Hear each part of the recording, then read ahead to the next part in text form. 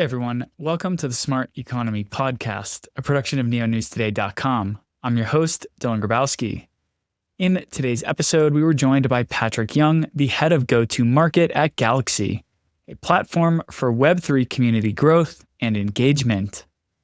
In this conversation, we discussed Patrick's entry into the industry and how he helped develop a blockchain curriculum at Miami University, how Galxe builds relationships with blockchain projects, building sticky and resilient Web3 communities, various Galxe products and tools, identity solutions in Web3, the forthcoming Gravity blockchain Layer 1, and so much more. Just a reminder, nothing said on this podcast is a solicitation to buy or sell any tokens, and that the guest or host might hold tokens discussed in any given episode.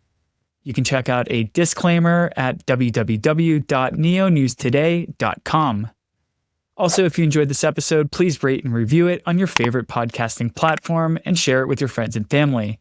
Every rating, review, like, and comment really helps us reach more people and bring you more of your favorite guests. With all that said, I really enjoyed this conversation with Patrick, and I hope you enjoyed too. Hey everyone, welcome to the Smart Economy Podcast. Today we're joined by Patrick Young, the head of go-to-market at Galxe, a platform for Web3 community growth and engagement. I think before we even start off the conversation, I just want to thank you, Patrick. You're recovering from the flu, and we were talking before we hit record about my experiences having COVID and how long it took to recover. So to be able to hop on the mic, kudos to you within a few days of getting sick. So we can preface the conversation with that, and I appreciate your time. How you doing today? Yeah, of course, Dylan. I appreciate it. Yeah, feeling much better, and appreciate your flexibility making this happen. Yeah, so maybe we can just kind of like ease into the conversation. I generally like to ask all of the guests who come on here, what's your background in blockchain and crypto? For me personally, I first heard about Bitcoin when I was a grad student in 2013. And I saw that it had crashed to like $300, and I thought, oh, that's pretty cool. And then I didn't come back around to it until 2017. So if you're like me and many others who've been on the show, you kind of had like an introduction and then an aha moment later. So what's kind of like your crash course into Bitcoin and crypto? When did you first learn about it? And then what was your aha moment? Yeah, I mean, I think I first learned about Bitcoin, like many others, probably closer to 2014, 2015, and honestly just in passing and didn't think too much of it in the moment. It was really only until, long story short, my family had moved out to Switzerland, and being so close to Zug and the crypto valley out there, that I had some opportunities to go out and visit, see the space, see what was being developed just in passing. And that was around closer to 2016, 2017. And really the aha moment for me was actually seeing the work that was being done in Zug for identity management on the blockchain. In particular, the canton of Zug was working on a few private pilots that were working towards voting and handling digital identity for the citizens of Zug on chain. And really for me, that's when that was my aha moment, started to go down the rabbit hole, absorb as much information as I could as it relates to the space. And that really kicked off this journey that coincided with my attendance at Miami University of Ohio. And ever since, have spent every waking moment involved in the space.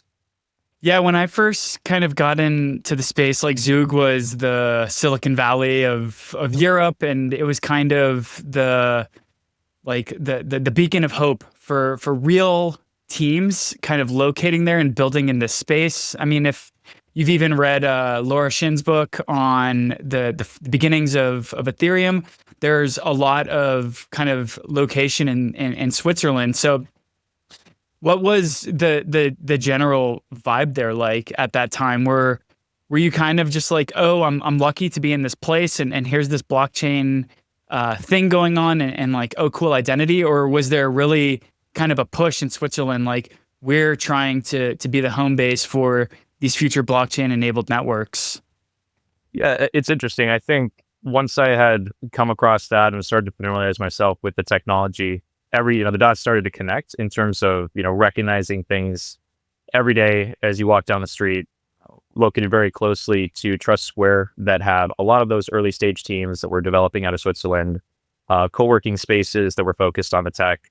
And really a very welcoming ecosystem at that. I mean, it always has been and always, has continued to be even to today. But at the time, it was very welcoming in the sense of getting people involved. People wanted to become familiar with the technology, a lot of opportunities, certainly a lot of growth in the space and in the market. So really, it's that very community-centric focus that I think was very easy to bring people in, including myself, and get us up to speed on what's happening in the industry. Would you say that your experiences in the local community kind of inspired you to go into studying blockchain at university? Absolutely. So what the track really looked like for me, it was relatively unique in the sense that had an opportunity to get familiar with the technology, spend my own time researching about the technology, getting as deep as possible. Then connecting that more with the community side, speaking with experts in the space, people with the building, hands-on developers in the ecosystem. And then took a lot of that information, compartmentalized it, and really formatted it in a way to deliver it to the university that didn't have a focus on blockchain education at the time. And that led to us starting my university's blockchain organization back in 2017, which quickly developed, gained a lot of attention, and actually ended up with us developing the course curriculum or co-developing the course curriculum for the university itself that was later rolled out at the undergraduate level. And I think it was number 8 or 9 in the United States that had a formal curriculum that I had the benefit of taking the course that I'd helped create, certainly with the university. That's awesome. When before I was in the blockchain and crypto space, I was an urban and regional planner, and in undergraduate, I basically pieced together my urban and regional planning studies in interdisciplinary social sciences. So I very much relate to the path that you took, where you basically created the course that you studied. In October 2022, I had the opportunity to travel with the Neo blockchain community to a wide variety of different universities across the US. And I got to meet blockchain clubs at MIT, at University of Michigan, all up and down the coast of California, throughout Illinois. And it was very obvious back in 2022, during kind of like a bear market time, that there were just a ton of builders and a ton of people who were really interested in the blockchain space. And I was actually going to be shocked if half the students I met actually graduated, because, they kind of had these Steve Jobs opportunities where they might be able to build a product and build a team out of their garage and really start to build the entrepreneurial spirit and engage in an entrepreneurial endeavor without necessarily having to have a piece of paper to verify, that they could do that. So, did you kind of see that at the MU Blockchain Club? Was that kind of entrepreneurial spirit alive back then? Because this was 2017-ish, 2016-ish that this was happening. So what was like the genesis of the club like now? And do you still have your finger on the pulse today? Yeah, absolutely. I mean, the club continues to work on a variety of interesting things, from development now into investing, hosting regular conference circuits, so on and so forth. But absolutely, to your point, that was something that we saw both in the moment and is actually part of that genesis story of how the organization started itself. And also has continued today to see all of those different connections come out of the organization, come out of the university, and pursue careers in the space, which is great to see as well. One of them being, my co-founder at the time, actually, of the Miami University Blockchain Club was Spencer Applebaum, who is one of the investors over at Multicoin Capital. So he's kind of that example that you raised, where had an opportunity with Multicoin in the midst of working through the organization before graduation, took on that opportunity and has absolutely crushed it ever since. And then we've also seen that with a lot of the leadership team that came out of that first cycle, as well as subsequent years thereafter, that many people I meet on a day-to-day basis working with different teams are actually members of that organization or had been members of that organization and taken that as an opportunity to really dive deep and mold their professional career around it. Have you hired anybody that has graduated out of University of Miami? Not within Galxe, not yet. Have been in a past life with some previous organizations, and the talent has been absolutely phenomenal, but not in Galxe, not yet. Cool. So after your kind of initial experiences pre-collegiate in Zug, and then your experiences building a club and a curriculum at Miami University in Ohio, you kind of also have a rich background in the crypto space dating back to 2017. So can you just walk us through your path of what it was like, or what your career path has been, starting with Blockkey Capital and then going to FinTank and Ledgermatic, and maybe just walk us through the path of your experience in the crypto industry, and how it led you to Chainlink Labs and now Galxe. Yeah, absolutely. So the way that I started to kind of view this space and my professional development as it relates to the space was in what are the pillars of the industry that I could be or would want to be involved in. Not as much on the coding side of things, so that wasn't necessarily as central to the discussion, but education was one part that was accomplished. You mentioned Blockkey Capital. That was the investment firm that we started, me with a handful of the other students that were a part of that blockchain organization itself. Outside of campus during our junior and senior year. So we ran that for about 2 years. That was more on the investing arm. So again, establishing another pillar. From there, it was a pretty natural progression into what is the other areas that we want to focus in, one being asset management and custody. So worked with a handful of folks that came from IBM blockchain, a handful of other high security environments and technology industry players, and started Ledgermatic, which is digital asset custody and treasury management solutions. That has since rolled into Hasten, which is now a stablecoin issuer out of the UK, doing some very interesting things over there.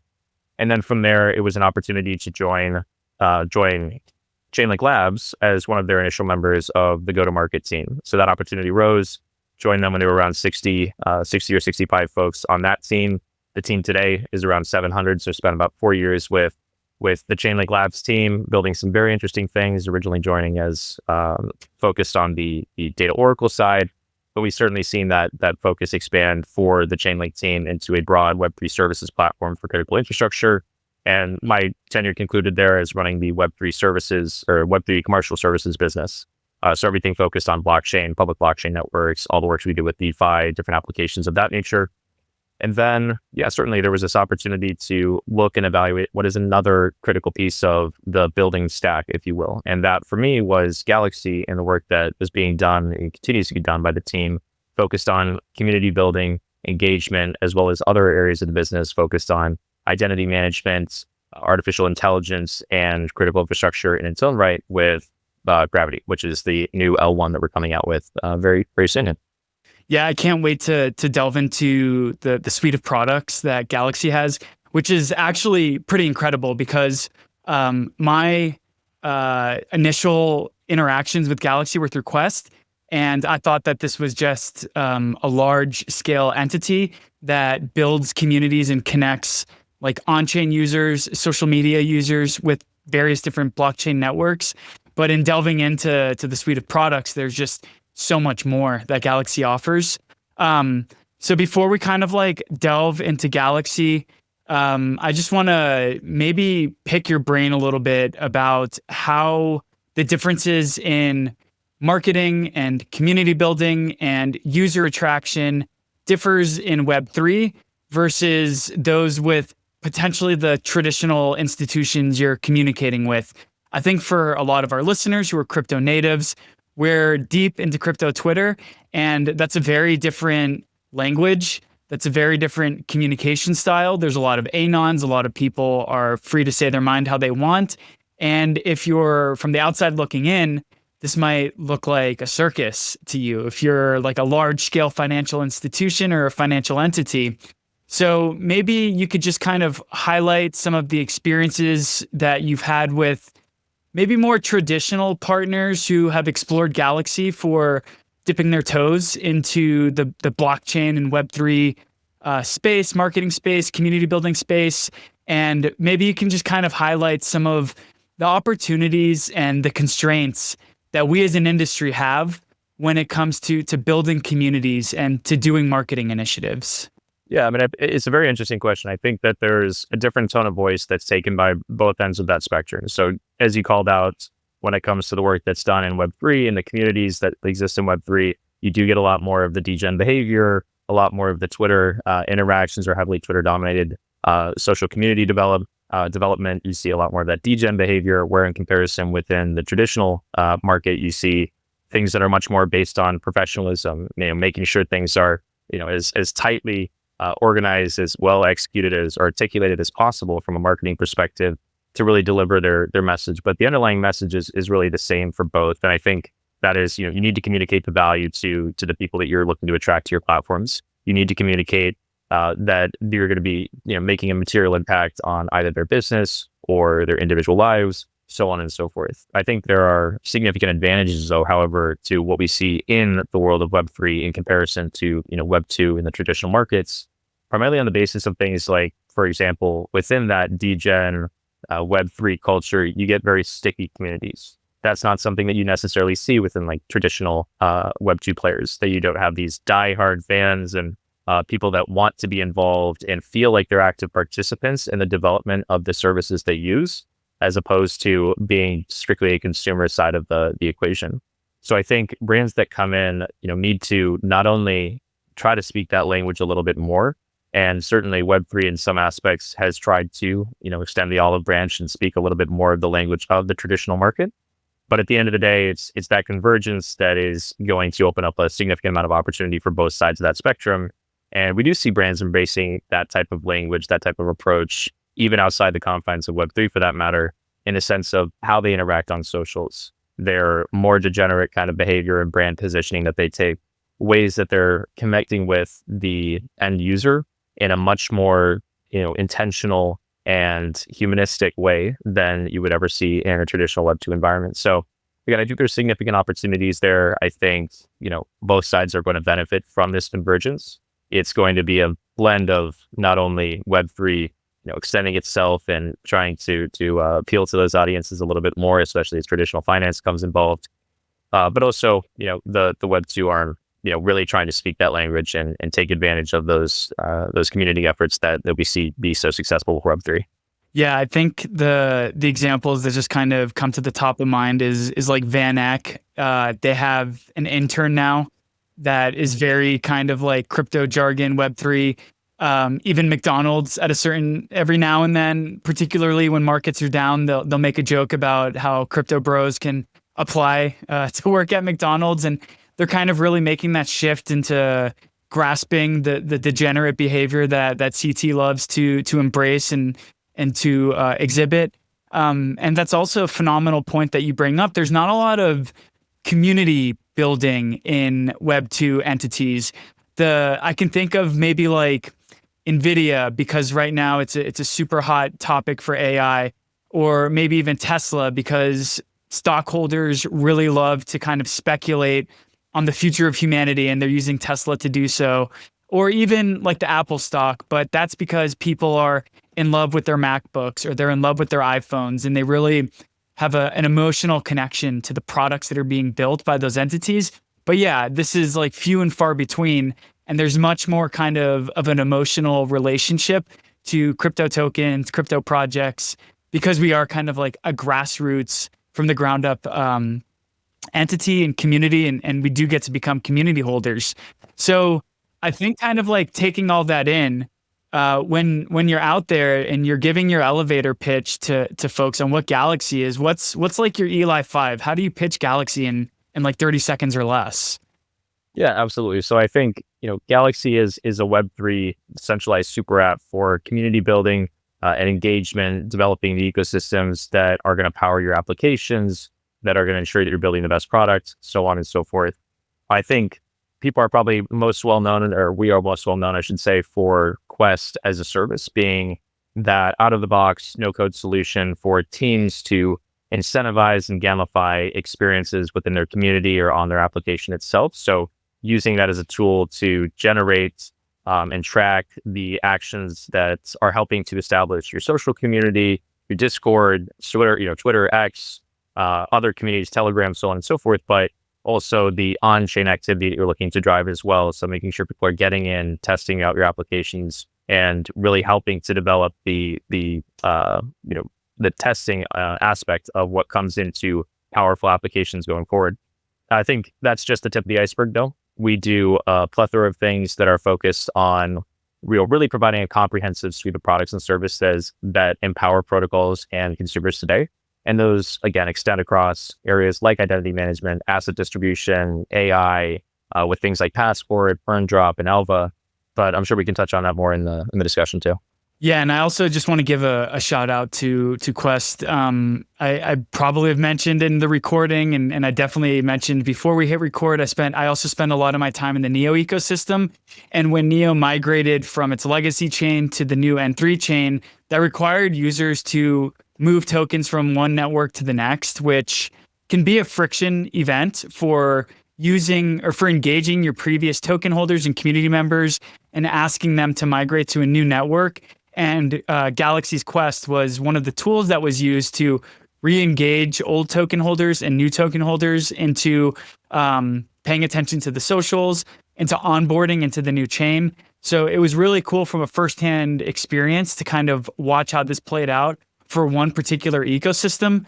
So before we kind of like delve further into Quest and into the plethora of other products that you guys are working on, how do you guys go about establishing relationships with Web3 partners? Do blockchain networks come to you? Do you have an arm that goes out to them? Are you guys playing with these networks before you integrate them into Quest? What's just kind of like the general flow for how a new blockchain team or a new blockchain ecosystem can begin the conversation with Galxe? Yeah, absolutely. So we worked directly with both end applications that are looking to build and leverage these different services to fuel their ecosystem growth independently. We also work in partnership with the blockchains themselves directly. So one thing that Galxe provides is the opportunity to natively integrate within blockchain ecosystems.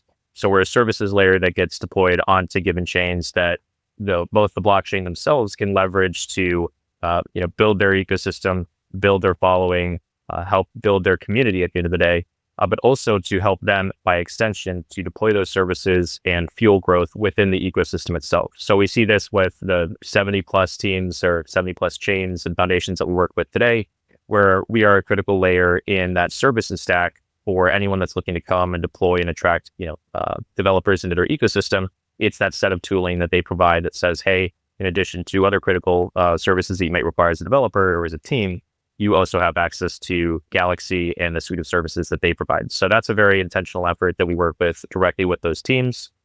In terms of once those services are deployed on a given chain or in a given environment, it is two directions, I guess you could say. One is we work directly with teams, again, in a very intentional format. We reach out, we work with them directly to help structure quests, help give them our insight. And we worked with 6,500 projects to date. We've launched thousands upon thousands of quests. We've actually had quests completed over 1.1 billion times with 31 million active users.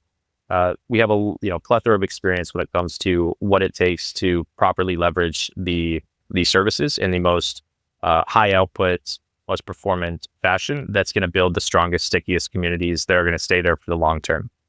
So we look to extend that to teams as actively as possible. We also have the ability for anybody that's listening, that's looking to leverage these offerings, to go in directly within the Galxe app, go directly with the Galxe interface, and have a completely self-service experience where they can go create their own space, launch their own quests, and start to get that community building underway as well.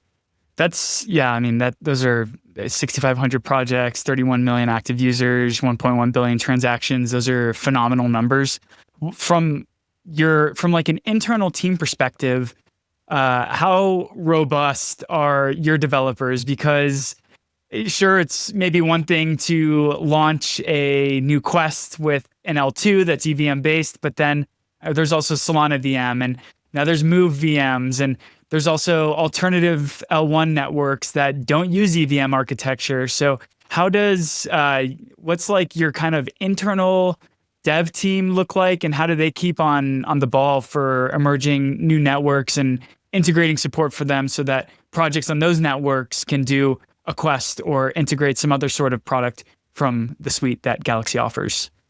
Yeah, absolutely. I think like any other organization, it's certainly a partnership between what we do from the go-to-market perspective and what's being done from the product and the technical side as well. So sharing those insights from the field, what is the market demanding? How is the market moving? What are the insights that we can capture around more novel technology developments that are happening in the ecosystem, and making sure that we're translating that over to the product and to the technical teams that they can look to incorporate those type of advancements into their approach moving forward. So certainly a very, locked at the hip, partnership effort, that being both sides of the house, if you will.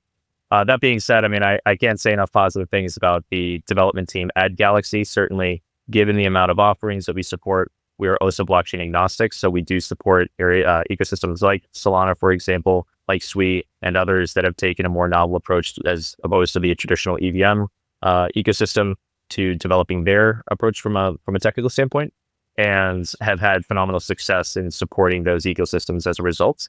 And we've also continued to deploy, new products that are geared towards this notion of onboarding the next billion users into the ecosystem on a very consistent basis, and have no intention of stopping anytime soon. So can't say enough positive things about the team and the work that they do. So you mentioned onboarding the first billion users into an ecosystem, and I've kind of been going through this evolution of my outlook on what that means for people like you and me who are building and working in this space, and what that means in general.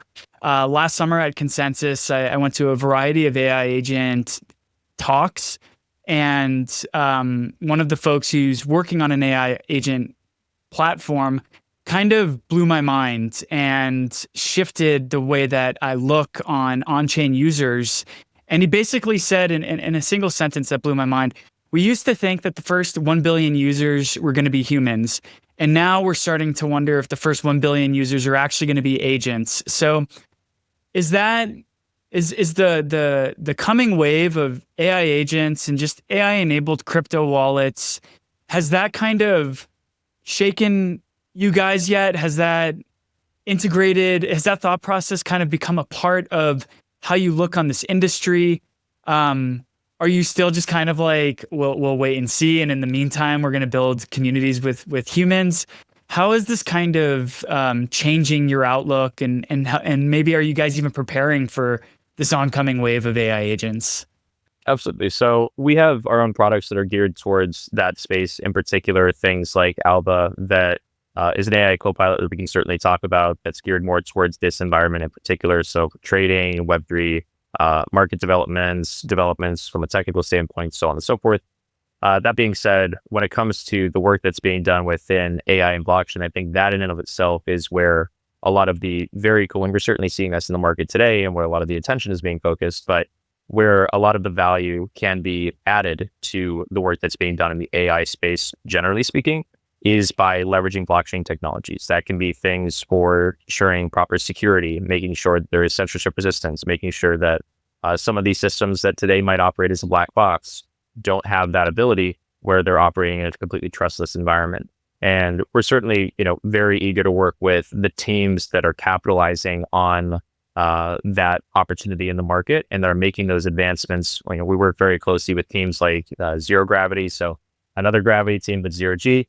And that is the team that has just had a very successful raise, coming to mainnet production very soon here with their AI serving framework. Other teams like Allura have been doing some fantastic work in providing AI inference tools. And even in those instances, we're working with them not only to, provide the typical questioning experience, for example, but we're also looking to work with them as they extend those type of offerings to their ecosystem.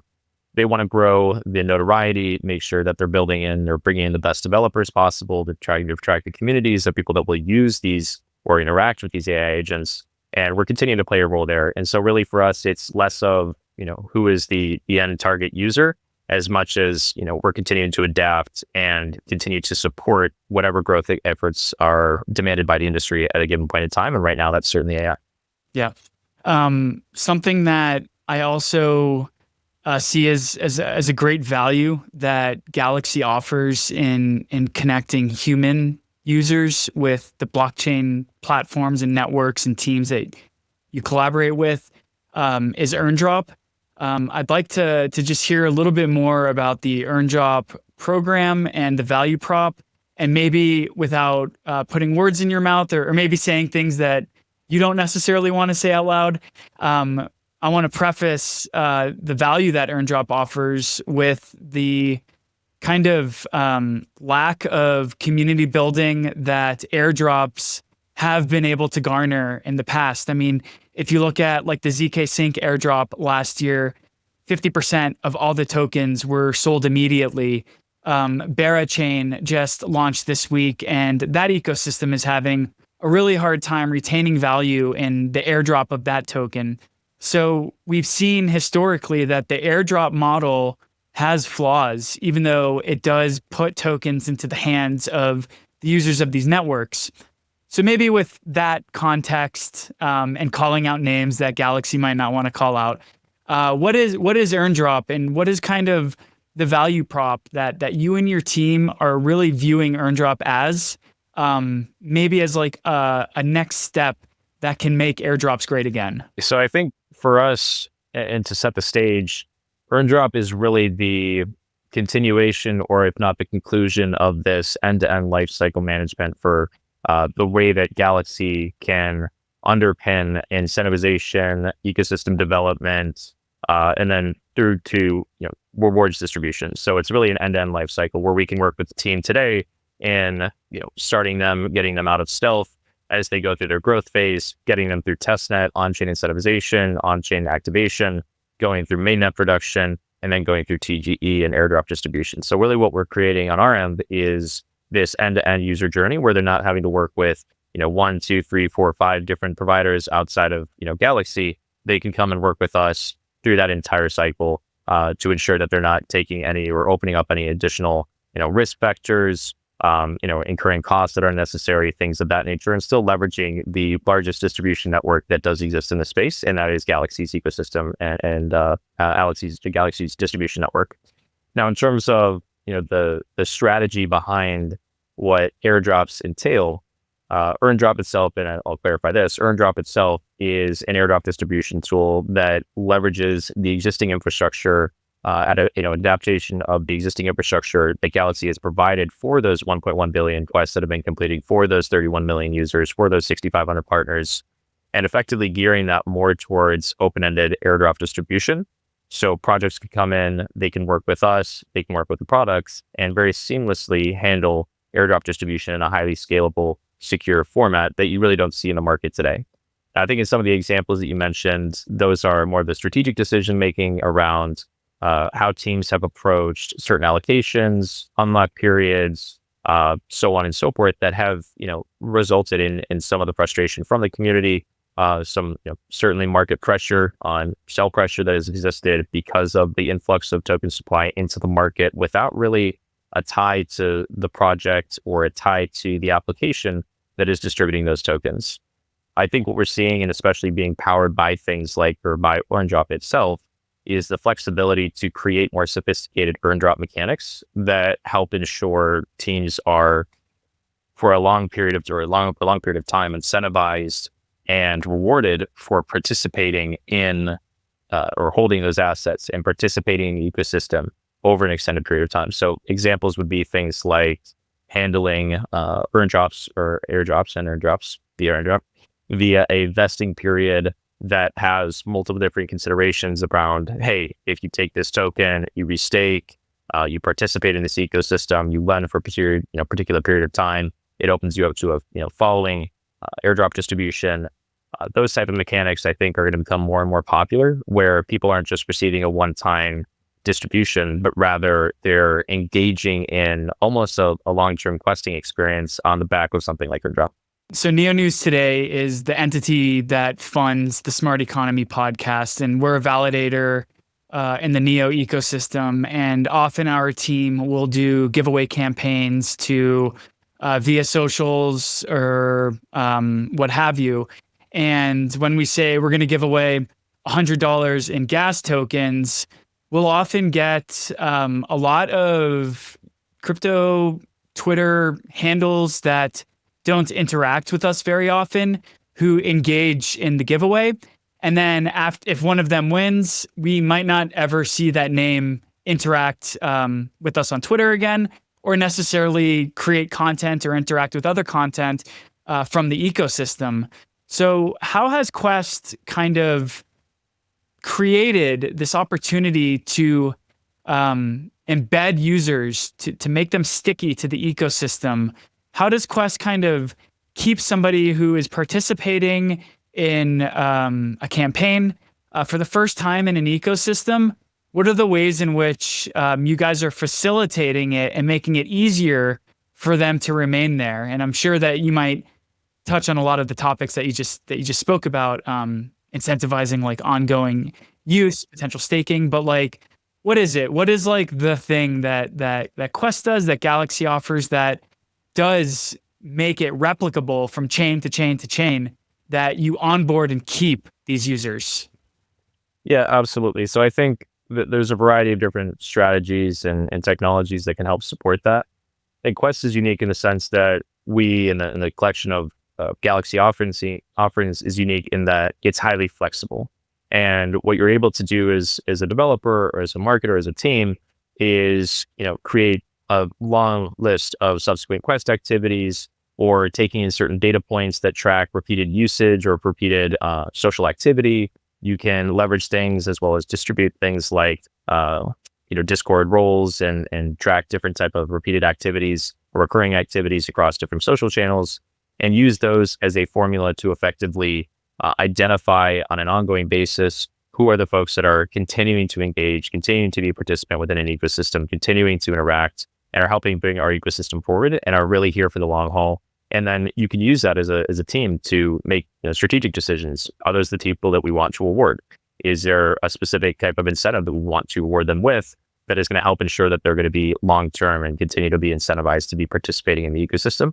So that's one thing I would say is developing and really flexing the system and all of its worth to help to build as much of an interactive and as much of an interactive experience, but also one that can proactively track a very sophisticated laundry list of things that are historical markers for identifiers for high value users, and then make sure we're targeting those and continuing to award them for their participation.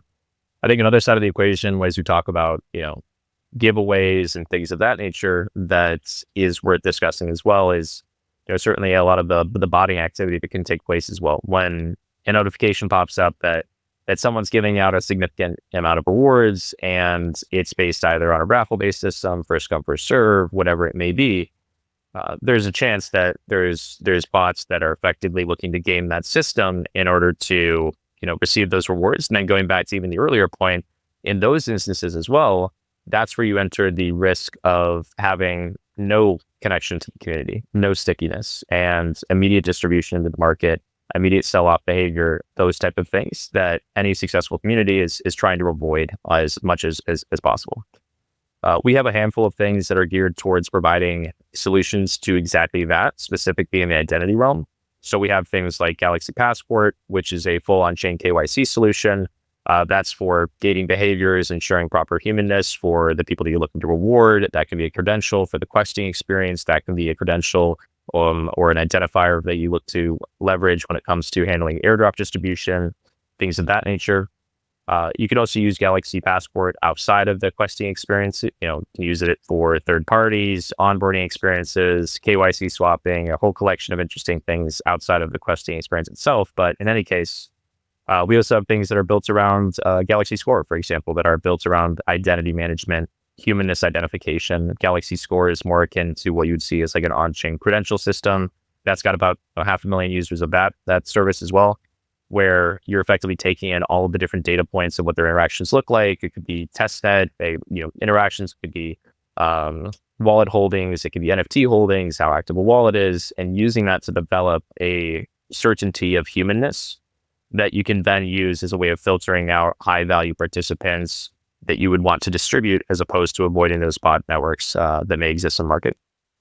Have you guys noticed such a thing as maybe like a quest hopper, or somebody who's just continuously jumping from chain to chain to take advantage of these different quests?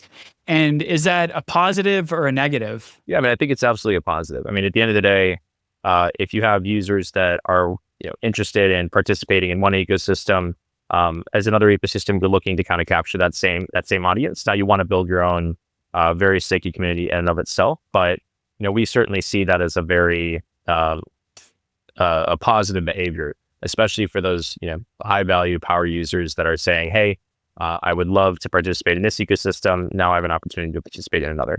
Now certainly I think there's an upper limit to what that looks like on the humanness level before someone, you might be like, hey, this is maybe looking at more that body behavior we were just talking about. But in any case, I don't think it's necessarily a bad thing by any means. So throughout many of your kind of examples that you've used throughout this conversation, you've touched upon identity. And identity is just going to become an ever increasingly important aspect of our digital and online lives. It's something that I worry about quite often, especially as we talk about the advent of AI and the ability for somebody to even source all of the podcasts that we've released and leverage my voice to fake a podcast episode.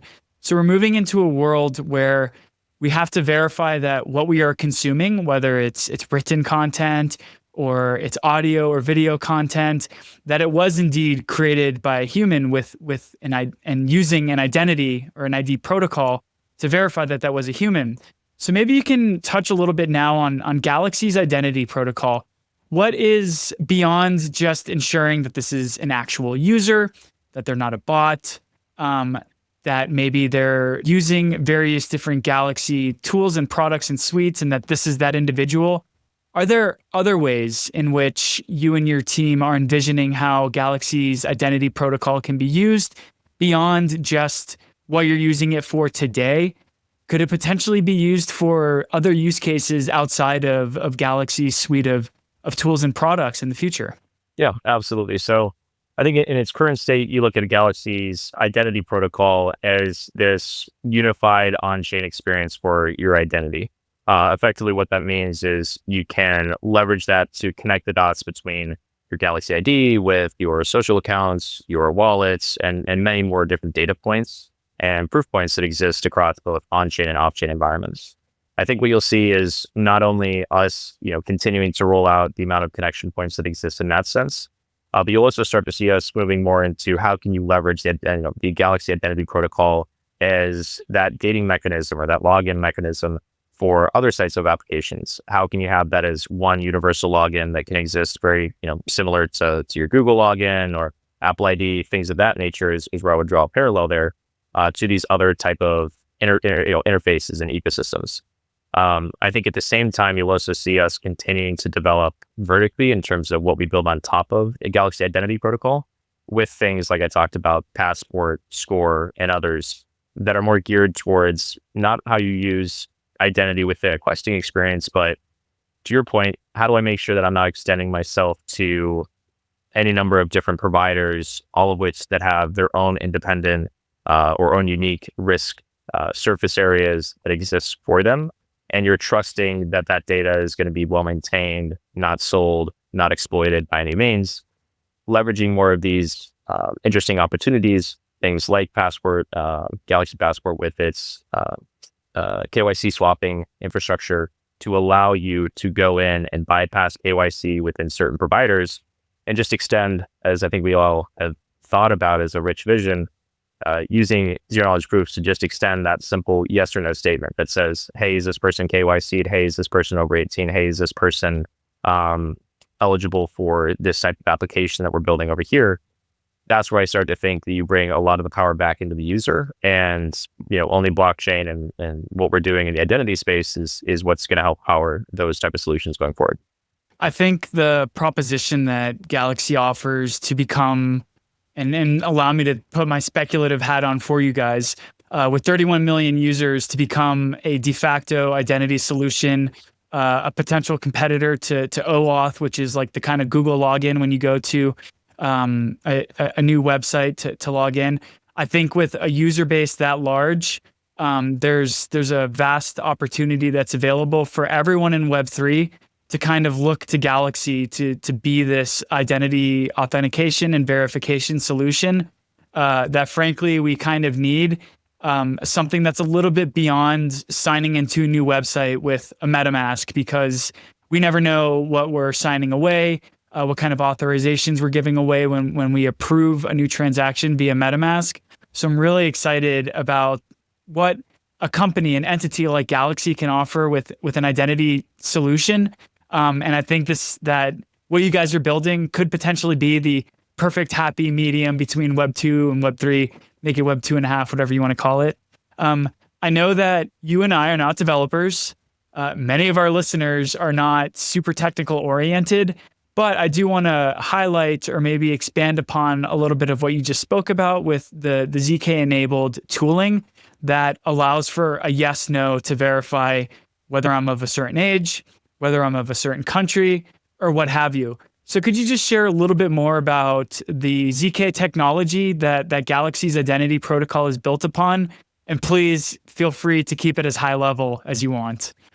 Yeah. So the ZK-enabled technology is more in reference to the work that we're doing within Galxe Passport. So Galxe Passport is a partnership that we have with SumSub that allows users to come in, mint using ZK proofs, mint a NFT representation or a soulbound NFT for their KYC identity, effectively. Have that minted on chain that then stays with them, and then they can use to interact with different types of protocols as a way of a gating mechanism for those KYC requirements that may exist on a given platform. Does that make sense? Yeah, absolutely. I've gotten into, and once again, like, I don't know much about development. I don't know much about coding, but I've gotten into very philosophical conversations about identity, and even ranging from when we go to a bar and we show our ID, why does the bartender need to see my address? And why do they even need to see my particular birth date? Don't they just need to verify that I'm over 21? So I think this is a super interesting realm that we're going into. And it's been so many years that we haven't necessarily seen an identity solution be provided, but it's really interesting to see what Galxe's working on. And again, as I mentioned earlier, like, allow me to put my speculation hat on for you guys that what's being built and what's being leveraged, especially with a large user base, there could be a future opportunity where there are more sort of solutions for Galxe's ID protocol that are leveraged outside of things like Quest or like Score. But to keep the focus on Galxe and the suite of tools and products that you guys are working on, you have also mentioned several times throughout our conversation, Galxe Score. So what is this? Does this also enable me as a Galxe user? Does it empower me to explore the various different partnerships that Galxe has, the various different ecosystems and blockchains that Galxe is partnering with? What does Galxe Score mean for me as a user? And what does the value prop that it offers Galxe have when you're going out and talking with other potential partners? Yeah, absolutely. So just to continue on the last point as we were talking about, I mean, that was honestly the piece that interested me the most, and that's that aha moment that got me in the space was exactly what you just outlined, that perfect scenario of why do I need to extend all of these different data points, all of this confidential information when I'm just trying to get it in a bar. So that is something that we're looking to, that's something to the effect of Galxe Passport is looking to enable. And we've seen over 1 million people today mint their Galxe Passport and actively leverage that both inside and outside of the questing experience. And there's some other interesting use cases, certainly outside of Galxe, that are becoming increasingly adopted and will be, increasingly, I think, discussed in the very near future. And then in terms of Galxe Score, what Galxe Score enables is, for a team that's looking to incentivize behavior or a team that is looking to participate in Galxe Quest, they may not want to have or they have a strict requirement around things like you need to go get KYC verified, which is entirely fair. Those are barriers to, participation. That's a point of friction in a lot of instances for people where they want to ensure that they're handling civil resistance properly by weeding out as many of the plot behavior that exists. But they don't want to force people to move forward with a fully KYC experience in order to have an active participant or an active role in the community itself. So really what Galxe Score is that happy medium between the two. Galxe Score is a way of leveraging a Galxe identity protocol to encapsulate all of the different and quantify all of the different data points that exist across your digital on and off chain identity, both socials and then on-chain. What are your asset holdings, like I mentioned earlier? What type of NFT communities you're involved in? What type of asset movements you have on a regular basis? Things of that nature that help develop a on-chain, basically, credit to how likely you are to be a human being. And then from there, based on what tier or what degree of humanness you want to require, a team can effectively put that into the questing experience, either as a gating mechanism or a way of targeting that type of user disproportionately compared to maybe the ones that don't have to participate or have a Galxe score associated with them. So it's an out-of-the-box solution that a individual consumer could go today along with Galxe Passport, mint their Galxe score, mint their Galxe Passport, and have that not only as a way of participating in the ecosystem, but also in the way of participating in other ecosystems outside of Galxe's. Yeah, I love that you highlight the kind of asset movements, the types of transactions associated with the wallet, maybe the NFTs that they're a part of. Just an anecdotal experience. There's a meme coin in an ecosystem that recently launched, and the way that they were trying to onboard users was they wanted you to publicly share your wallet in their Twitter thread. And I can think of nothing less attractive than just going out onto Twitter and sharing my wallet address and saying, hey, give me some speculative tokens. So I completely just kind of see the use case for how Galxe Score can onboard active users and kind of empower them, knowing that they'll be able to show or verify their on-chain transactions and their on-chain activity without necessarily having to give their on-chain identity away to the end user or to the end project that is curious about that information. Are there other sort of Passport-enabled programs? Are there other kind of realms of Passport that we haven't discussed yet? Are there future plans for Passport? Just kind of like a catch-all question to see if we've missed anything. I think the biggest one that we're diving very deep into right now, and we'll have a lot more information to share soon, so certainly stay tuned across all of our social channels, which we can mention as well. But for Galxe Passport in particular, one of the really interesting areas that we're continuing to be more and more involved in is this notion of having KYC swapping. So we see a lot of businesses today, specifically things like on and off ramps, that if I want to work with banks or one of these other providers through your wallet plugin on your Chrome browser, you're having to go through KYC with one provider, and then you go to MoonPay and you do KYC provider or KYC process with the other provider, and you continue to go down that track through all of these different on and off ramps that you might use, or specifically on ramps in that sense. And it's a very cumbersome experience for the end user because you're working through, potentially week-long KYC in some instances, depending on how they're structured. You sign up processes, all of those different elements. And then from a business's perspective, they are effectively, gating themselves out or setting up their own barriers for attracting new clients because it's such a cumbersome experience. So what we're really interested in when it comes to Galxe Passport right now is this notion of KYC swapping and KYC sharing, where we can go to these different providers and say, if this individual has a Galxe Passport, you can leverage that as a way of bypassing the cumbersome onboarding process and allow for on and off ramp participation directly through Galxe Passport.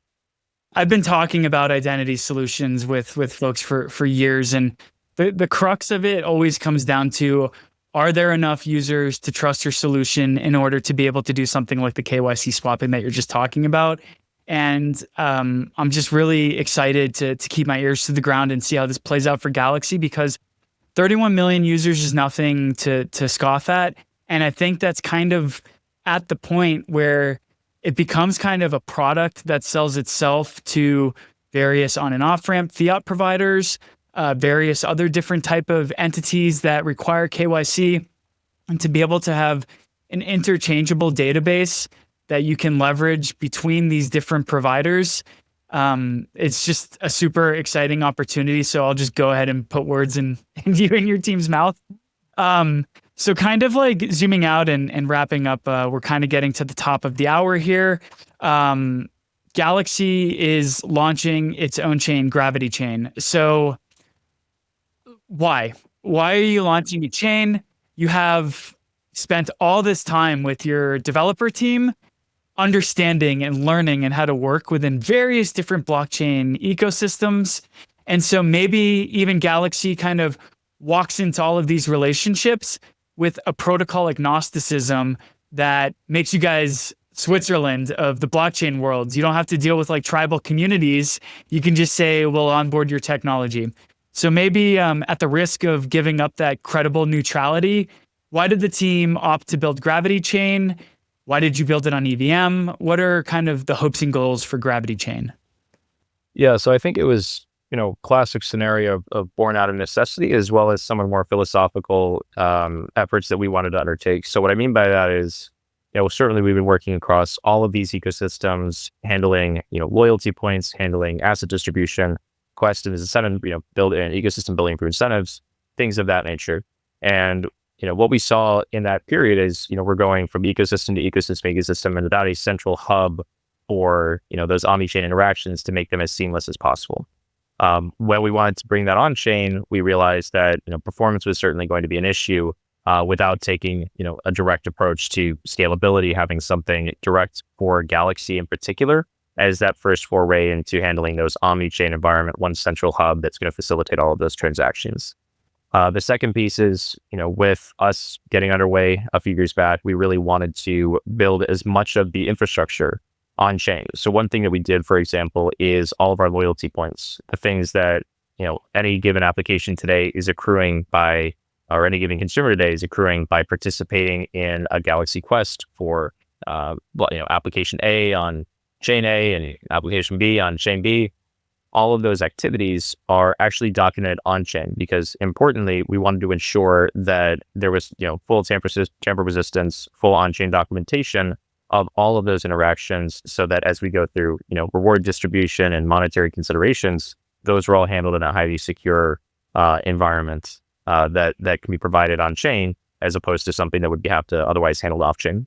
So that's really what came to us developing the initial Gravity kind of thesis. And that started with us launching Gravity Alpha Mainnet, which is actually ETH-L2, which is an interesting approach in and of itself. But again, wanting to satisfy those different areas and again, test this theory for how we would handle an omni-chain interaction between all of these different ecosystems at once. That chain today is actually one of the largest or most active L2s in the market, right behind Base and NextEye. So continuing to drive, millions upon millions of transactions. We actually just crossed about 350 million transactions since Q4 of last year. So continuing to go very, very rapidly. There's about 29 million unique addresses that have been deployed on Gravity L2. And on top of that, we want to continue to build into highly scalable infrastructure that's going to support not only our ecosystem of applications, but the applications that want to, that require something similar, that face those similar challenges when it comes to powering their, high demanding applications in an on-chain environment. And so for us, that led us down this path of, taking that proven thesis for the L2 and compartmentalizing and packaging it and putting it into an L1 format. And that's what we're coming forward with later this year is going to be the Gravity L1, which is aimed at delivering specifically high speed security and interoperability. And in particular, looking to achieve 1 gigagas per second with sub-second finality. We can certainly talk about the technicals a little bit, but it's a mouthful. I'll pause there. Yeah, no, I think, we could probably spend another 30 minutes just talking about Gravity, but I think the main kind of area I want to delve into is what are the opportunities for interop? How will Gravity communicate with other chains? Because if you're primarily leveraging the rewards and loyalty points that have been accrued on Galxe, there have to be a way to communicate with other chains that this user with this wallet on Gravity Chain has participated in this ecosystem and they've earned X amount of loyalty points. So how has kind of cross-chain communication been embedded into the outlook, the view, the perspective for what Gravity Chain will have? Yeah, absolutely. So Gravity as an L1 is partnered, or we have partnered with Chainlink Labs and the Chainlink team for Chainlink CCIP to underpin as a messaging layer for all of those cross-chain interactions, and then as a token distribution layer for any of those token movements that exist between all of those given networks. So we're leveraging Chainlink CCIP in that sense to handle the cross-chain communication portion of the equation. Cool. That must be nice to go back to your old Chainlink team and have a reason to partner with them. Absolutely. It's a small world, a small community. Yeah, a small world. So kind of, I guess, final question or two as we wrap up and zoom out. What are some of the trends that you're particularly interested in watching play out, let's just say in the short term in 2025? Yeah, I think the biggest that's happening in front of us right now, or some of the biggest that are happening right in front of us right now, are the convergence of blockchain and AI. That's certainly first and foremost. We're seeing that not only with things like meme coins, but we're seeing that with some of the applications that are being developed and the resourcing that's being put behind that aspect of the industry. How can blockchain underpin, different inference layers, different serving frameworks, different agents that are being developed on AI, and how does blockchain effectively play a supporting role in that equation? And what type of opportunities and different products and services does that open up for people that are interacting within the Web2 and 3 environment? I think that's probably the biggest trend that we're across right now that I think is going to continue to play a critical role going forward and continue to get investment going forward. But again, I think there's a lot of other areas that are of interest to us. There is the work that's done around parallel EVMs. There is works that are being done around, the continued craze around meme coins. We even see that with some of the meme coins that are even considerations right now for more structured ETF products, which I think is an interesting consideration of itself. So there's a lot of things that are happening that I think, again, are going to continue to push the space forward, bring it to the masses at the end of the day, and create real value for anyone that wants to participate or can participate in this Web3 environment. Awesome. So who are the folks that you want to be chatting with, and what's the best way they can reach out to you? Yeah, I mean, like I said, we want to chat with everybody. If you're building a team, if you're building a project today, if you're thinking about raising capital and you're thinking of how do I take, go from 0 to 1 and then 0 to 100, we want to be with you and partnered with you through that entire life cycle. We want to work with you from coming out of self through your, actual end token distribution, whatever it may be. We're here to play and partner with you in that process and are certainly best positioned to do so.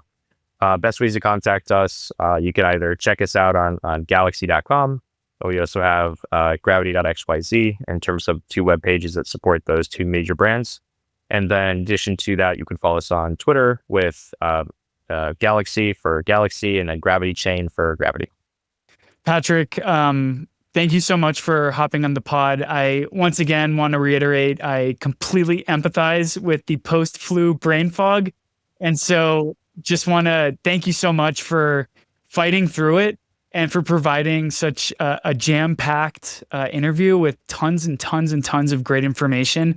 So thank you for your time, and thank you for being a warrior and fighting through the brain fog the day after you started recovering from the flu. I really, really appreciate your time. Yeah, I appreciate it. Yeah, it's we made it. So I appreciate it, Dylan. Thank you. Awesome. Cheers, man. Feel better. Thank you for tuning in to the Smart Economy podcast. To stay in the loop with all of our latest episodes and insights, head over to www.smarteconomypodcast.com. And don't forget to subscribe to our YouTube channel for all of our video content. If you enjoyed today's discussion, please consider showing your support by liking, commenting, and reviewing this episode on your favorite podcasting platform. Your feedback helps us reach more listeners and brings even better content your way. We'd also love to hear from you, so please drop a comment on Spotify or YouTube to share what topics you'd like us to cover or who you'd like to hear as our next guest. And if you or someone you know would make a great guest, please don't hesitate to reach out. We're always looking for fresh voices and new perspectives. And for our NEO token holders out there, please consider voting for NEO News today as your council representative. We've proudly been serving the NEO ecosystem since 2017, and will continue to do so by putting portions of our council rewards directly back into ecosystem growth initiatives. With all that said, thank you so much for tuning in to the Smart Economy podcast, and we look forward to catching you next time.